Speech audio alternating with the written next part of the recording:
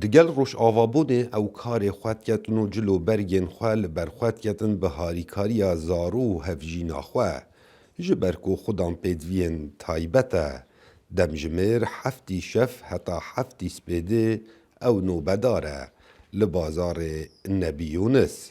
اف کالمیره به اگر تقینه که لموصل قاچه که خواج دست دایو دگل بیناهیا جاوه خواه لی دست برداری کار خواه نبویه 30 ساله یه بردوامه.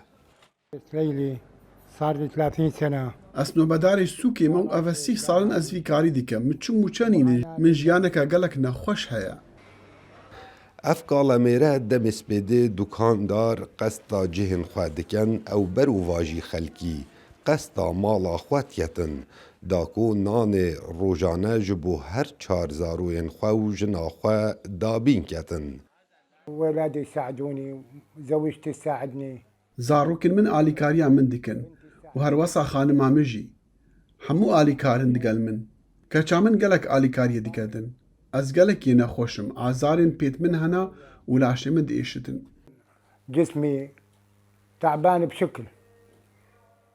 والله هذا الرجل كان صديق والدي كان يحرس السوق بخودی اف ظلامه دوست باب من بو وی زیروانیا وی بازاری دیکر بری شر داعش او 3 ساله وی کاری دیکر بری سال 2014 او راستی تقینه که حال بازار نبی یونس وی لینگه که خواج دست داو او جه باوریامه و کسکی گلک باشه هرچند ساعت خودم پیدوین تایبت او هلگیر چندین نخوشین دوم دریجه لیج نجاری او کارت یتن جبرکو حتا نوکه موچه تورا پاراسنا جواکی نینه. گلو سردریا جنا سعدی ادگل چوایه او چوا دناوا مال دا جیانا خواه دبورینیت.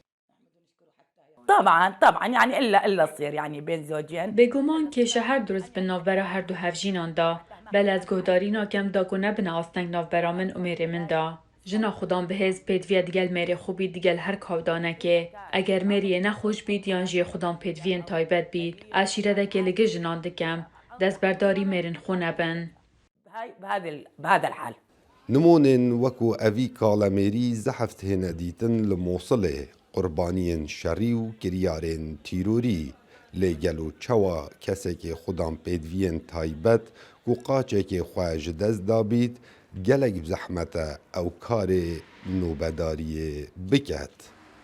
کاو عمر دنگ امریکا موصل